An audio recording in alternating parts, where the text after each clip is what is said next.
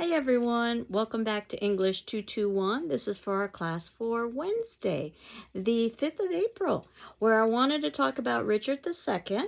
And thank you very much for submitting in your paper. So I will be evaluating those and getting those back to you. And certainly you will receive those papers before you have to do your second paper, which is due at the very ending of the semester.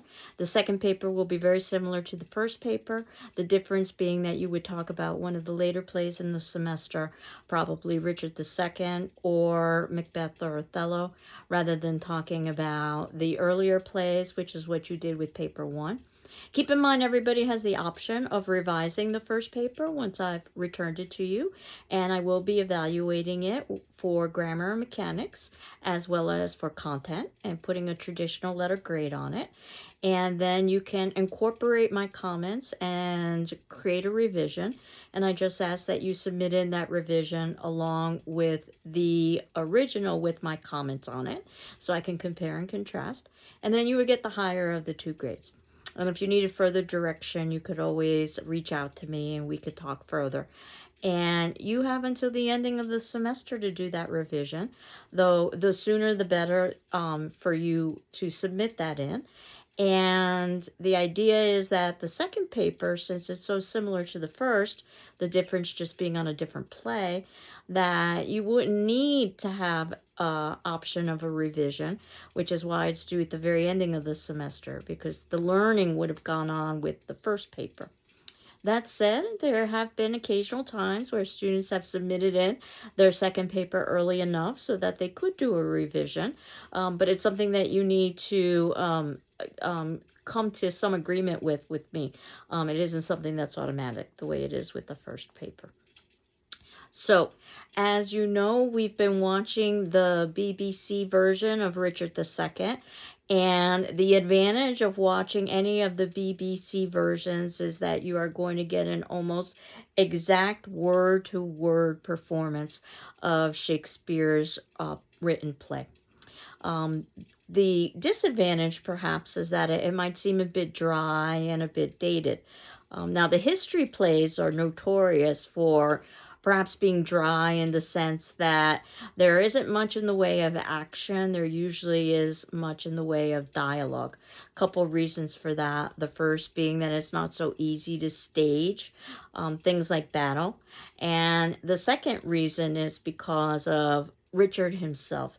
As I had suggested in some of your discussion forum responses, Richard is really more of a poet than he is a politician or a ruler. He's really not suited for rule, which is one of the major elements of this play. And of course, during Shakespeare's time, we know how dangerous it would be to talk about politics. It was certainly much more open-ended in terms of sex and violence. And in relation to politics, the populace was quite anxious because Queen Elizabeth, the reigning queen, also known as the Virgin Queen because she had never married, was getting older. And obviously what that would mean is that one day she would die. And because she didn't marry, that meant that she didn't have any direct heirs. So the major question would be who would succeed her after her rule. And of course, the idea is that it should be the closest blood relation. And one of the things that Richard examines is what happens if the closest blood relation, aka Richard II, might have the blood right to rule, but may not necessarily have the temperament to rule. And what if somebody else perhaps doesn't have blood right, but perhaps has a better temperament, aka Bolingbroke? So rather than raising those questions in contemporary times for Shakespeare, instead he goes back in time to the medieval period with English history because there was indeed a Richard II. And this play is, albeit loosely based, still based on British history. So he could always, Shakespeare that is, use that as an excuse for saying that he wasn't necessarily trying to examine current political issues. Wink, wink, nod, nod. But before I get into Richard II, I just wanted to remind you that registration is coming up. and you will be able to register for both the summer sessions as well as the fall sessions starting this Thursday. And if you can look at the notes below, under the first section, I've included a link for where you can find classes. Now, you can just go to the GCC website as well, and it will direct you to the online catalog, both for Summer 1, Summer 2, and also for the fall semester. And if you've never taken a summer class, they're highly condensed. Basically, they're about half as long as your traditional academic semester, which is why we divide the summer up into two sessions. Summer 1, which runs from the ending of May until about mid-June, and then Summer 2, which, the ending of May until about mid-July, and then Summer 2, which would be about mid-July until the very beginning of September. So in terms of the content, it would be the same as what you would experience in an academic semester. It's just that you would be meeting more frequently, whether it be face-to-face or whether it be online or some combination thereof. You'll see that at this point, classes are staffed for the fall, but there are no staffings at this point for the summer. But I can tell you right now that if you're interested in knowing which classes I'm going to be teaching in the summer, Summer 1, I'll be teaching English 247, which is Women in Literature. That's an online course. And for Summer 2, I will be teaching public speaking, and that will also be an online course. And you might have heard me mention my horror film class in previous classes, and I will be teaching that in the fall semester online. It's horror film and media and popular culture. And you can actually go to the notes below and see that I've included a brief trailer from the class if it turns out that you wanted to learn a little bit more about it, though certainly you can ask me. I believe I'll also be teaching some personal communication skills in the fall semester, but that hasn't been that hasn't been finalized yet. But certainly, if you've got any questions about the schedule, please let me know. And if you are a big fan of literature, if you were to take 6 200 level literature classes, and this happens to be one of them, you could actually graduate with a liberal arts degree with a concentration in English.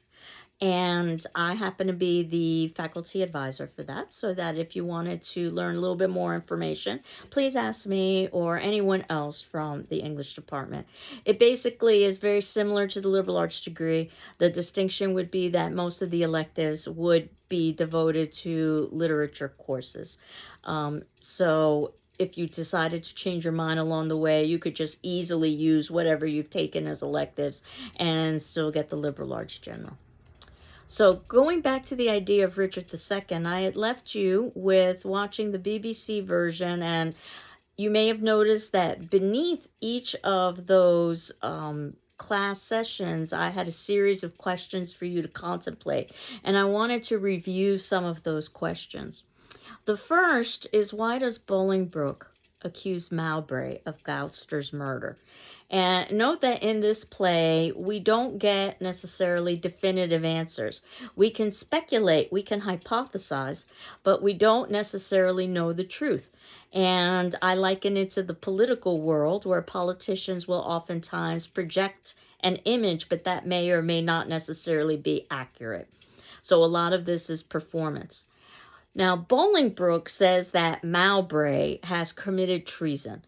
So perhaps the reason why Bolingbroke is accusing Mowbray is because Bolingbroke wants to rid treasonous acts from the kingdom. In other words, he's trying to defend England.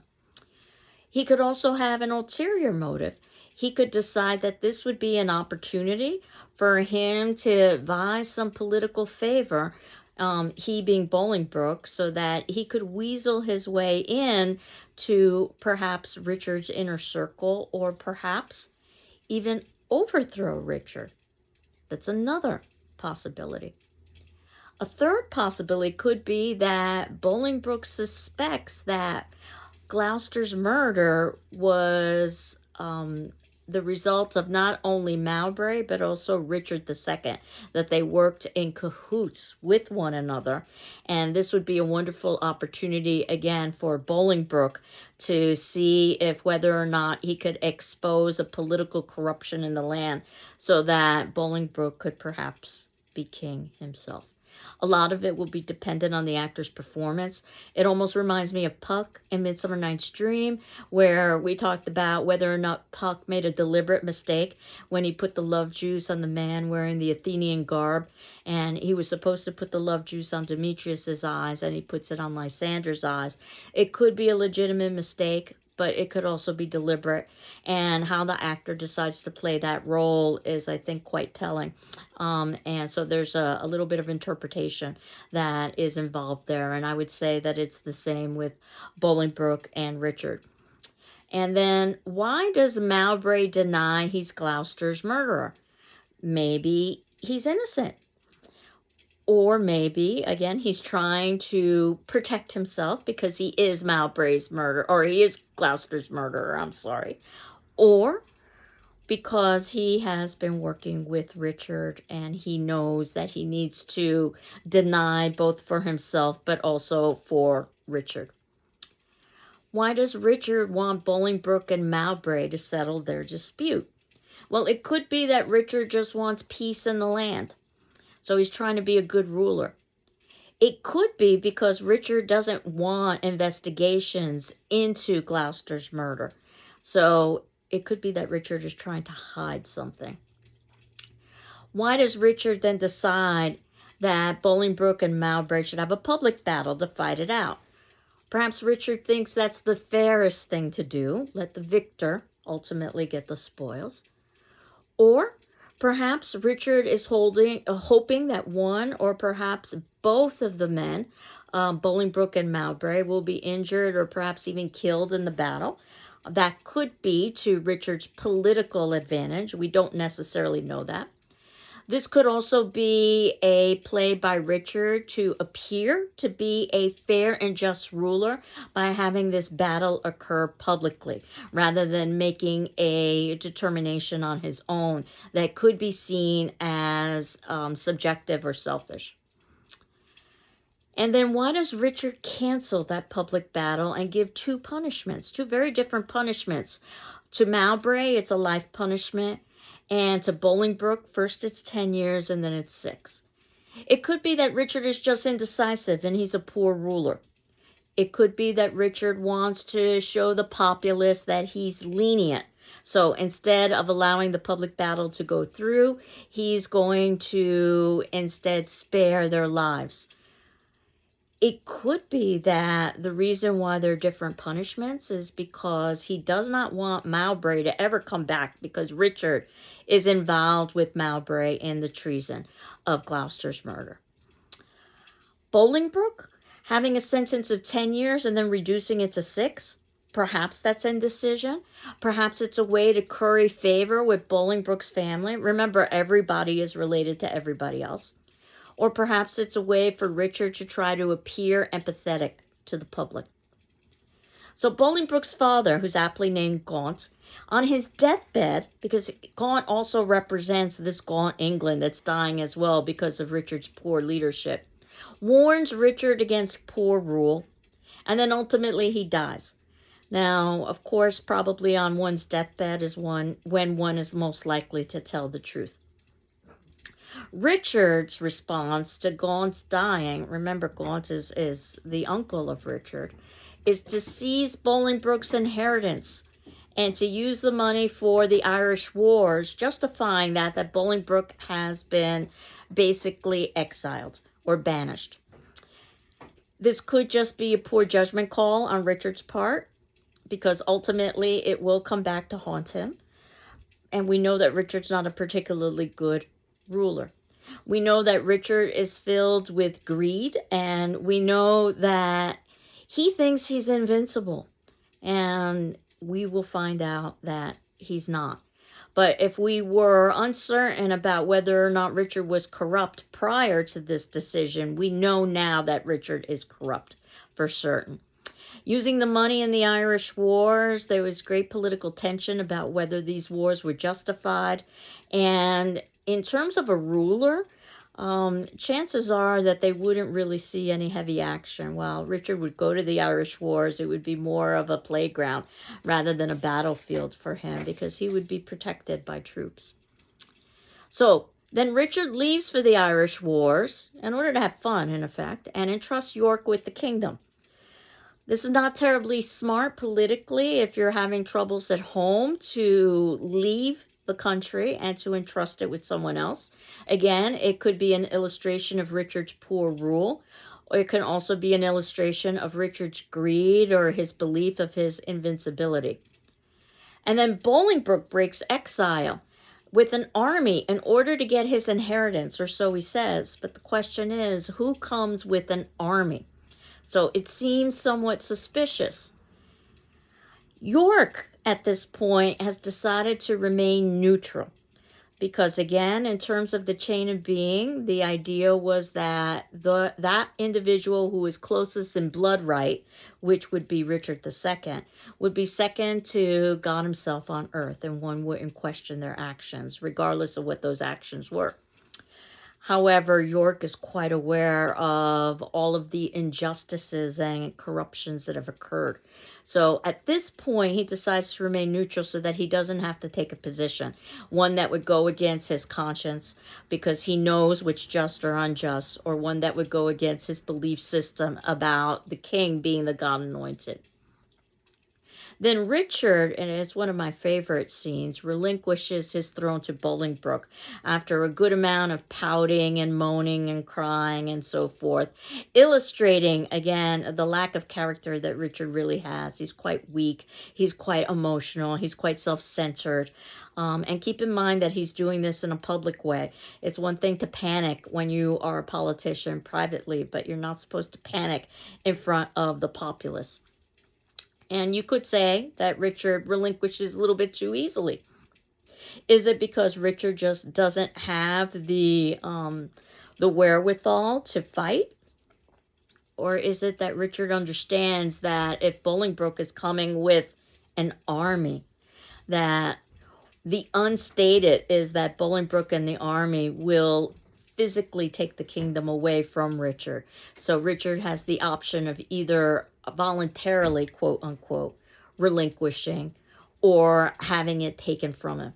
It's almost like quitting before you can actually be fired. That's perhaps a modern day parallel. And then we know that the only really light scene in this play is the gardening or gardener scene, as it's called. Notice how dark and dreary this play is as compared to the comedies. And the gardeners, it's light, it's outdoors, it's quite green, and they're discussing the country's state of affairs while the queen is eavesdropping.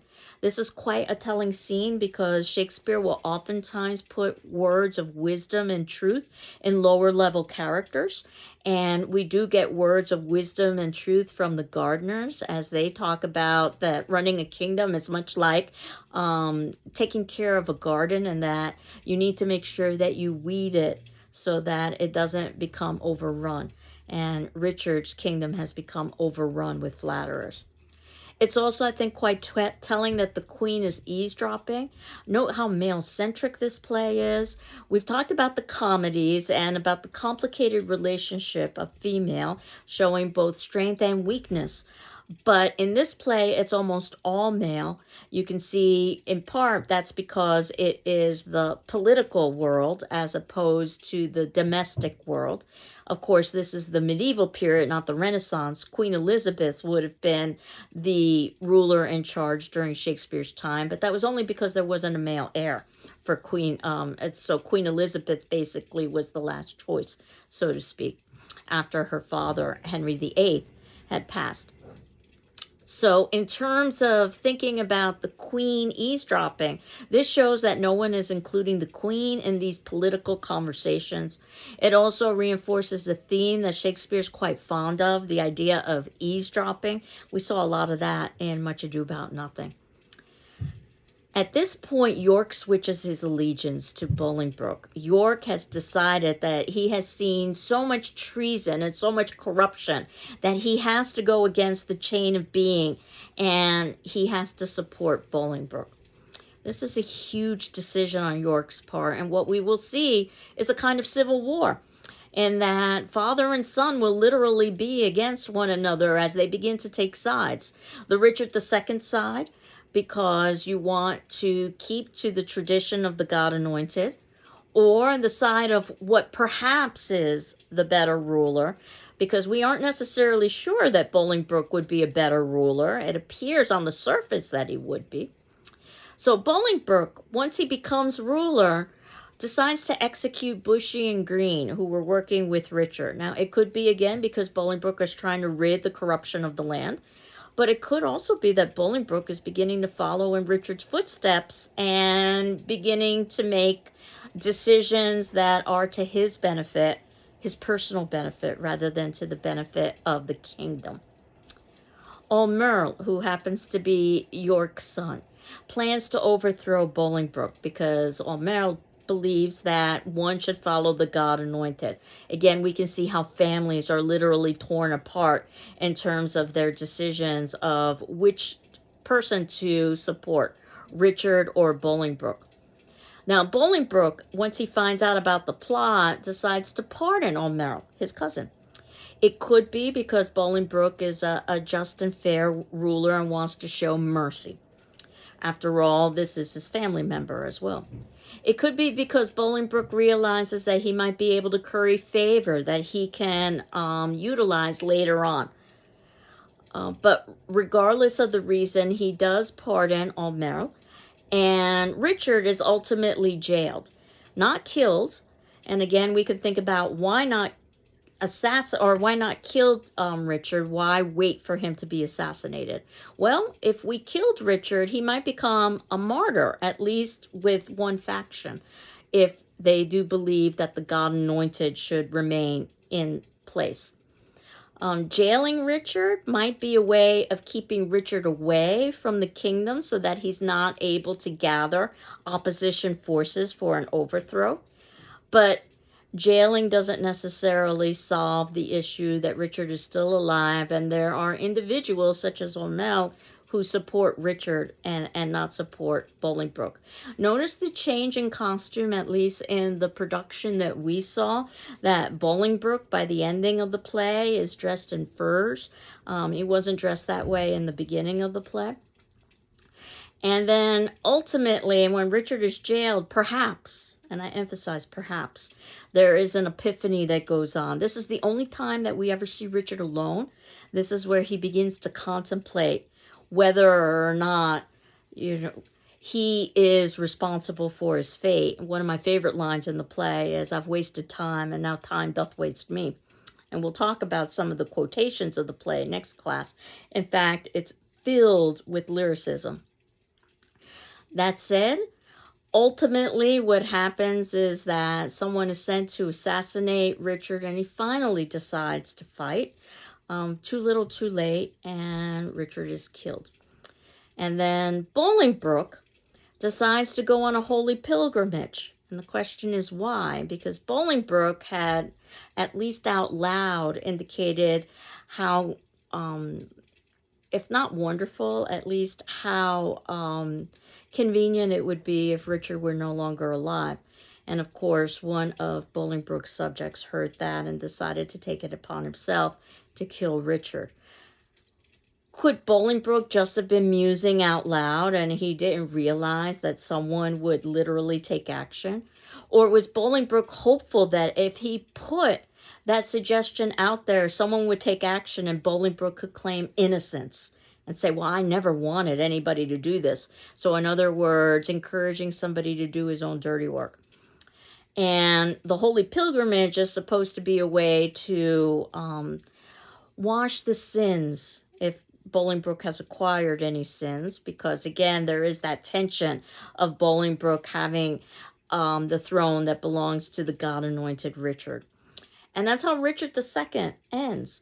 Now, The thing with Richard II is that there are other plays. These are known as chronicle plays, so you can read the plays as independent units, but they also tell a much larger story. Now, Bolingbroke eventually becomes King Henry IV. And I had indicated how difficult it is perhaps to read the history plays because oftentimes we refer to the same character by their surname, by their first name, by their title. So keeping a chart can be very helpful. So we get the story that continues on with Bolingbroke, who's now Henry IV, and Henry IV Part 1. And it's such a long story that there is a Henry IV Part 2.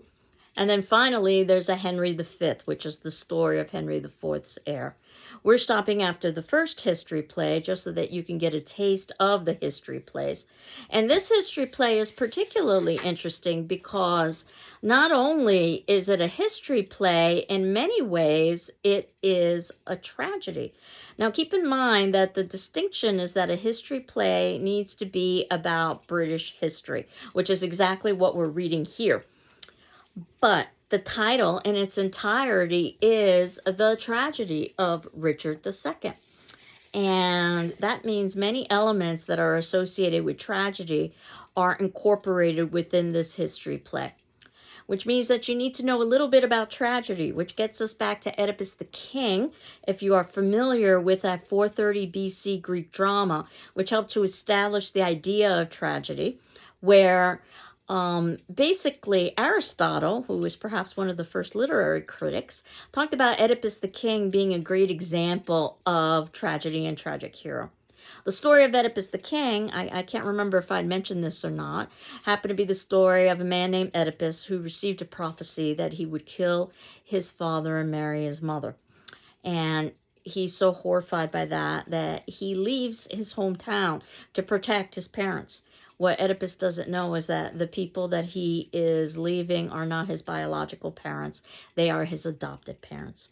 So along Oedipus's journey, he ends up killing someone at a crossroads who ends up it's revealed that that is his biological father.